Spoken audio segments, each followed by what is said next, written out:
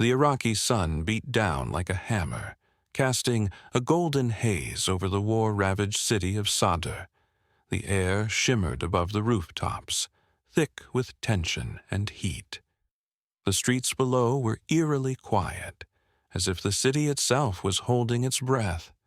Somewhere in that silence, something deadly was about to unfold. Dear listeners, before we move forward, please subscribe my channel to hit 1,000 figure. High above the chaos, flat against the dusty roof of an abandoned structure, lay Staff Sergeant Clint Eastwood, calm, focused, deadly. At 60+, he wasn't supposed to be in the field anymore, but no one could tell Clint what he was supposed to do, not when he was still the best shot in the military. This mission wasn't protocol. It was personal. Clint's sharp, weathered eyes scanned the horizon through the scope of his custom-built .338 Lapua Magnum. His breathing was slow, controlled. Each inhale and exhale timed to the rhythm of the earth. He had done this 100 times before, but never from this distance. Beside him, his young spotter, Private First Class Johnny Dawson, lay on his belly, sweat dripping from his temple. He looked up at Clint, trying not to show the nerves. Winds shifting. 11 miles per hour from the northeast, Johnny murmured. Clint made a tiny adjustment to the scope. Hands steady as stone. He didn't reply. He didn't need to. His silence spoke volumes, the kind of silence that only came from years of experience and 1,000 near-death calls. Through the lens, Clint scanned the skyline until he saw something. Movement. Subtle. Calculated. On a rooftop nearly a mile and a half away, the silhouette of a man with a rifle. Youssef, the Ghost, Al-Karim, a former Syrian Olympian turned insurgent sniper, the enemy's deadliest eye. He was setting up, preparing to take out a U.S. convoy that was just starting to move below. One shot from him could wipe out half a squad. Clint locked in. The distance was over 2,100 yards. A shot like that wasn't just risky. It was nearly impossible. The heat distortion, wind drag, bullet drop, even the Earth's rotation, all had to be factored in. But Clint didn't hesitate. He whispered into the radio, "Target acquired. I'm taking the shot." Johnny's breath caught. "Sir, that's over a mile out." Clint didn't flinch. That's just far enough to make history. He steadied the rifle. Finger hovered above the trigger. The world seemed to slow down. Everything was riding on this moment. The air around Clint Eastwood thickened with stillness, like time itself was holding its breath. On the distant rooftop, Youssef, the Ghost Al-Karim, adjusted his rifle. Clint could see it, a glint of metal, the twitch of a shoulder, the slow inhale before a kill shot. The Ghost wasn't just any enemy. He was a symbol. One who had already taken out 3 American soldiers this week alone. If Clint missed, that convoy below wouldn't stand a chance. But Clint didn't miss. He exhaled slowly, a sniper's sacred ritual, and let his body sink into the rifle like they were one. His heartbeat slowed. His finger curled around the trigger, and for a second there was silence. Then came the break. The rifle kicked with raw, calculated force. The bullet tore through the hot air, slicing across 2,100 yards of war-torn atmosphere. In the moment it left the barrel, Clint remained still.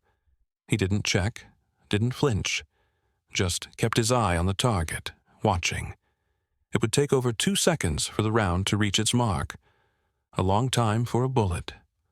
Long enough to doubt. Long enough to fail. But Clint didn't do doubt. Johnny stared, barely breathing. "You think it." Clint raised one hand. "Wait." Then, through the scope, a shift. The Ghost twitched. His body jerked back violently as if yanked by an invisible string and collapsed behind the ledge, motionless. The shot had found its home, clean through the chest. Silence fell again. Only this time, it was victory. Johnny exhaled in disbelief. Holy hell, that was 1.5 miles. Clint slowly sat up, eyes still on the rooftop. One shot. One soul. Below, the radio crackled to life. Lieutenant Harper. Eagle Nest, this is ground command. Enemy sniper neutralized. We're green. Repeat. Green light to move.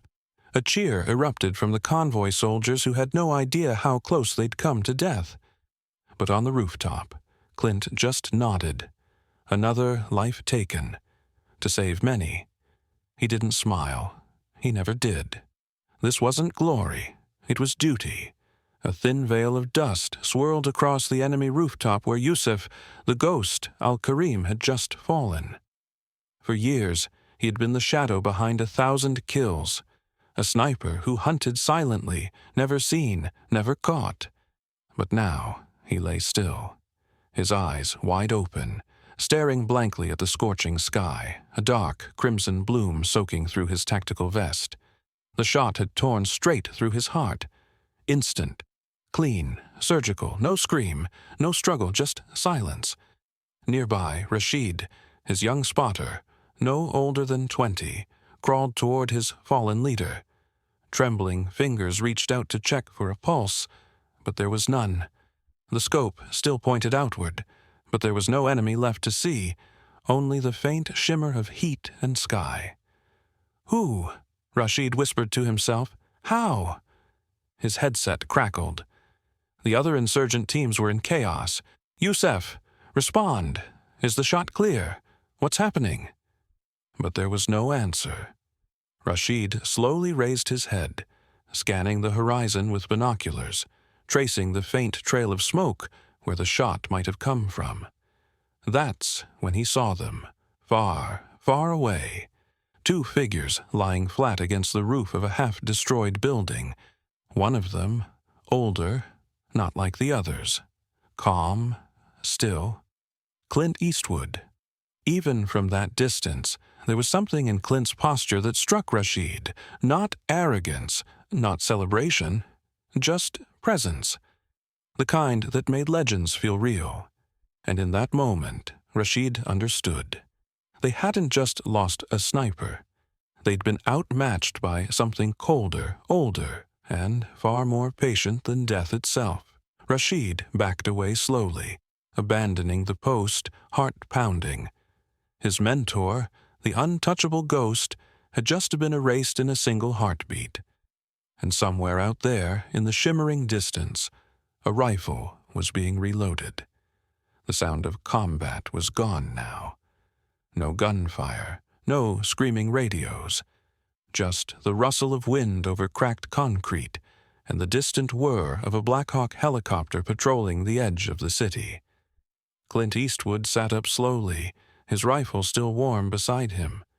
He didn't say anything, didn't need to. He pulled the bolt back, catching the spent casing midair with a gloved hand. A habit, a ritual. One casing, one soul. He slipped it into a side pouch without a word.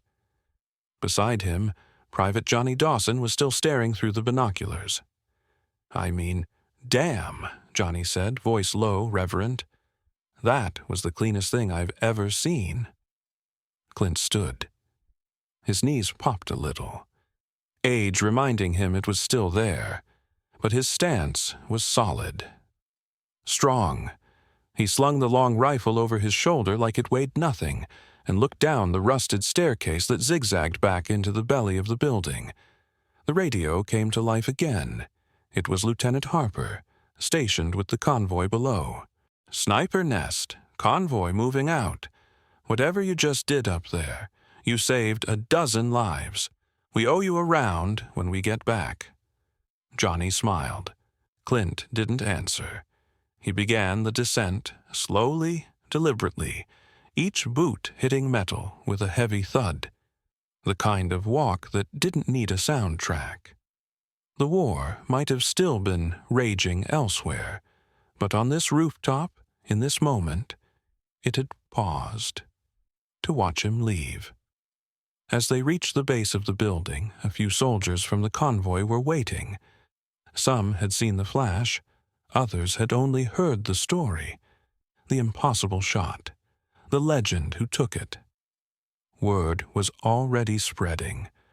One of the young infantrymen, Corporal Mike Rivera, maybe 22, stepped forward and offered a nod. "Sir, I don't know how you did that, but thank you."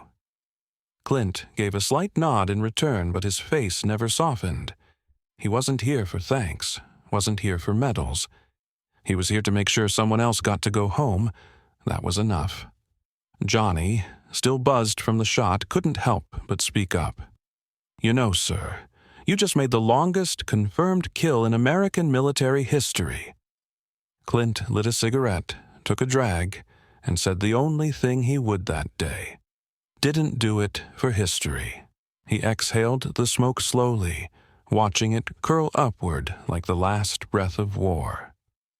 Back at the forward operating base, the evening sun dipped low behind the desert skyline, casting long shadows across the sandbags and barbed wire. Inside the dim confines of the sniper's quarters, Clint Eastwood sat alone at a metal table, his rifle laid out in front of him, disassembled, cleaned, quiet. The .338 Lapua Magnum was more than a weapon. It was a mirror, a reflection of the man who held it, precise, cold, unflinching. Every nick and scratch on the barrel told a story. So did every silence that followed a shot. Across from him, Johnny sat silently. He had tried to say something earlier, maybe ask how Clint had learned to shoot like that, maybe thank him again. But he didn't, because looking at Clint in that moment felt like interrupting a funeral. Clint stared at the scope, not through it, at it, because that scope had seen things no one else had. It had seen life through a crosshair. It had judged men by the rise and fall of their chests and sentenced them in fractions of a second. On a desk beside the rifle, an empty shell casing sat upright. Clint had written a date on it with a black Sharpie, just the date. No names, no boast. Behind him, a bulletin board held a single photo tacked to its center. It wasn't of a kill. It wasn't of Clint. It was a grainy image from recon, showing Yusuf al-Karim weeks earlier, smiling with a small child in a crowded street. War didn't care who you were when you weren't holding a rifle. Clint knew that. And for all the praise, all the high fives and headlines from the boys downrange, Clint still remembered the moment the ghost dropped. That stillness, that finality, that reminder. Every long-range shot wasn't a victory. It was a ghost waiting to follow you home. He picked up the shell casing, rolled it between calloused fingers, then slid it into a wooden box. A box already too full. Then, without a word, Clint stood, slung his rifle over his shoulder, and walked out of the room, a shadow moving into the desert twilight. Because legends don't retire, they just reload.